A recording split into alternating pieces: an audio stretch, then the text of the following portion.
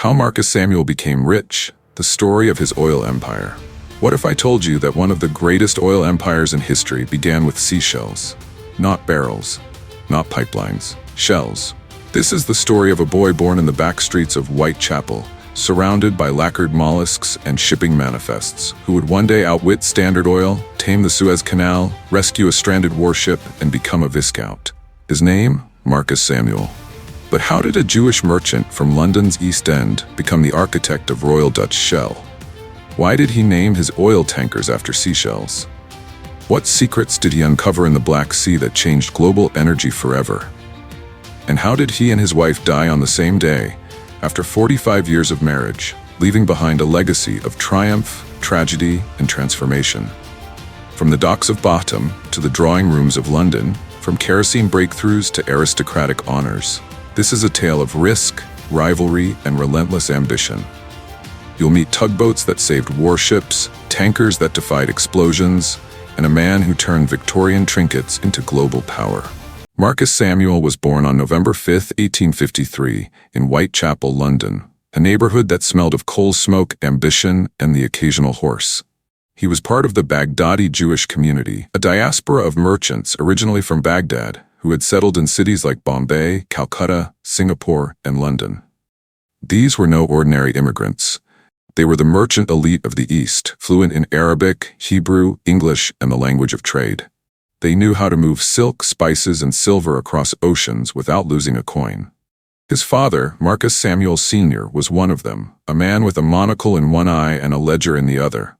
He ran M. Samuel & Co., a thriving import-export business that specialized in trading with the Far East. But here's the twist. His most profitable item wasn't tea or textiles. It was seashells. Yes, you read that right. Exotic shells, brought back by sea captains from the Pacific and Indian Oceans, were polished, lacquered, and turned into Victorian trinkets, snuff boxes, inkwells, and jewelry cases. London's upper crust couldn't get enough of them. The business was so successful that the Samuel family home was practically a showroom of mollusk memorabilia. Young Marcus grew up surrounded by ledgers, shipping manifests, and the scent of lacquered shells. His childhood was a blend of dockside grit and drawing room polish. He was educated in Edmonton and Brussels, but his real schooling came from the London docks, where he learned how to haggle with sailors, and the merchant salons, where he learned how to charm investors. He was sharp, ambitious, and had a sixth sense for spotting opportunities where others saw only risk. While other boys played cricket, Marcus was calculating freight costs and sketching trade routes. When his father died in 1870, Marcus, just 17 years old, and his brother Samuel took over the business. And they didn't just maintain it, they expanded it. They pushed into Japan, China, Siam, Thailand, and the Strait settlements, Singapore and Malaysia, capitalizing on the collapse of the East India Company's monopoly and the opening of new Asian markets. In 1890, Marcus took a trip to the Black Sea port of Batum in present-day Georgia. There he saw something that would change the world. Kerosene. Not the thick, sticky crude oil, but the refined, golden liquid that lit lamps across Asia. He realized something profound. The real money isn't in selling oil, it's in moving it. At the time, oil was shipped in wooden barrels, which leaked, exploded, and wasted product. The Suez Canal Company had banned oil shipments altogether, fearing disaster. But Marcus wasn't deterred. He commissioned a new breed of ship, the bulk oil tanker. The first tanker was named Murex, after a seashell. Naturally, it was designed to meet the strict safety standards of the Suez Canal Company. The hull was reinforced, the tanks were sealed, and the ship was a floating fortress of flammable fortune. On July 22, 1892, the Murex set sail from West Hartlepool to Batum, loaded up with kerosene, and on August 23rd, it became the first oil tanker to transit the Suez Canal. It was a masterstroke. The route was shorter, the ships were safer, and the costs were lower. Marcus had outmaneuvered the competition, especially Standard Oil, which was still fumbling with barrels and bureaucracy. Marcus didn't stop there. He built 10 more tankers, each named after a seashell. Conch, turret, volute, clam, and so on. The branding was no accident. It was a nod to the family's origins, a clever blend of nostalgia and marketing. In 1897, he founded the Shell Transport and Trading Company. The logo? a scallop shell. The symbolism? Pure genius. It told the story of a family that started with decorative mollusks and ended up moving millions of gallons of oil across the globe. Shell became a household name, and Marcus Samuel became a legend, not just in London, but in Singapore, Tokyo, Bombay, and New York. In 1895, Marcus Samuel, already a seasoned merchant with a fleet of oil tankers named after seashells, secured a concession in the Kute region of East Borneo. Now, this wasn't your average handshake deal. It involved navigating colonial politics, tribal negotiations, and geological guesswork. But Marcus had a nose for opportunity and the patience of a chess master. By 1897, his gamble paid off. Oil was struck. Not just a trickle, but a gusher. He immediately set about building refineries, storage depots, and distribution networks across Asia. Singapore, Hong Kong, Bombay, each became a node in his growing web of energy infrastructure. This was no longer a shipping company. It was a vertically integrated oil empire, controlling everything from extraction to delivery. Marcus had built the pipeline before pipelines existed. But just as Marcus was polishing his empire, a formidable rival emerged. The Royal Dutch Petroleum Company, founded in 1890 in the Netherlands. They had deep pockets, government backing, and ambitions as vast as Marcus's own. By the early 1900s, the oil market was turning into a battlefield. Prices were volatile, shipping routes were contested, and Standard Oil, the American juggernaut, was muscling into Asia. Marcus knew that survival required scale. So in 1907, he orchestrated one of the most consequential mergers in corporate history. Shell Transport and Trading Company joined forces with Royal Dutch Petroleum, forming Royal Dutch Shell. The new entity was structured with 60% Dutch ownership and 40% British, a delicate balance of power and pride. It was a masterstroke.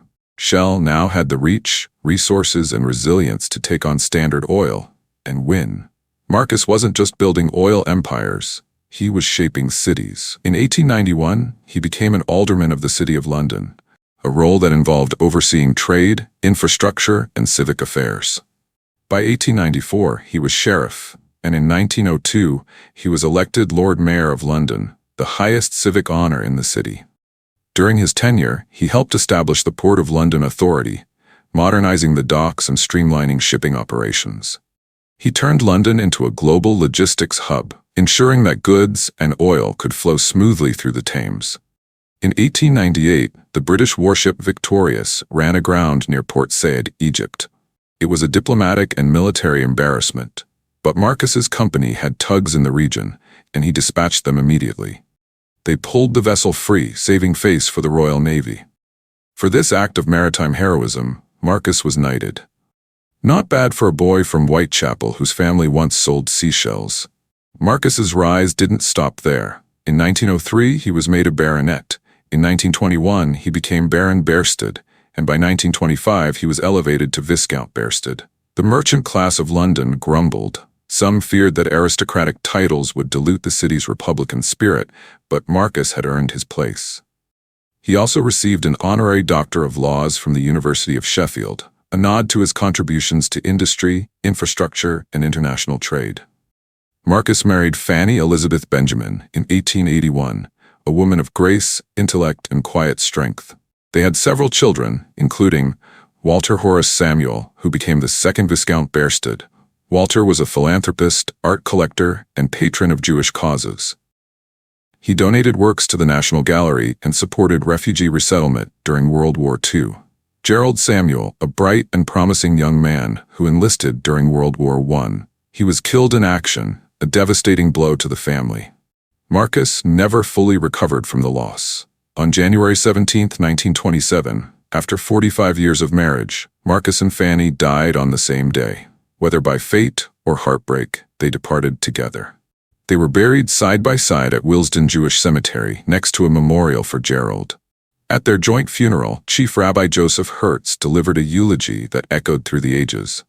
"We have lost a great Jew and a great Englishman. We have lost a true woman of worth, a noble daughter of Israel. They were lovely and pleasing in their lives, and in their deaths they were not divided." Marcus's rise was not without turbulence. His aggressive expansion into Asia drew criticism from colonial officials who feared destabilization. His merger with Royal Dutch was seen by some as a surrender of British control to foreign interests, and his ennoblement stirred debate among London's merchant class, who preferred ledgers to lords. Technically, he faced setbacks too. Early tankers leaked, ports resisted oil shipments, and Standard Oil tried to undercut Shell's prices with ruthless efficiency. But Marcus was a master of adaptation. He improved tanker design, negotiated port access, and diversified Shell's portfolio. His greatest regret? Perhaps the loss of Gerald, which cast a shadow over his final years. Perhaps the realization that Shell, now a global titan, would evolve beyond his control, driven by shareholders, boards, and geopolitics. Marcus Samuel was a visionary, a risk-taker, and a master of reinvention. He turned a shell shop into a shipping empire, and a shipping empire into an energy dynasty. His legacy lives on in every Shell station, every tanker, every drop of oil that fuels the modern world. He once said, "The world is not moved by those who wait. It is moved by those who sail." And sail he did, through storms, through scandal, and into history. Don't forget to follow us, smash that subscribe button, and click the notification bell so you never miss a drop of our most intriguing stories. From merchant dynasties to empires built on kerosene, we've got tales that will keep you hooked from shell to summit. Because trust me, you won't want to miss what's coming next. Next up, Henry Clay Frick.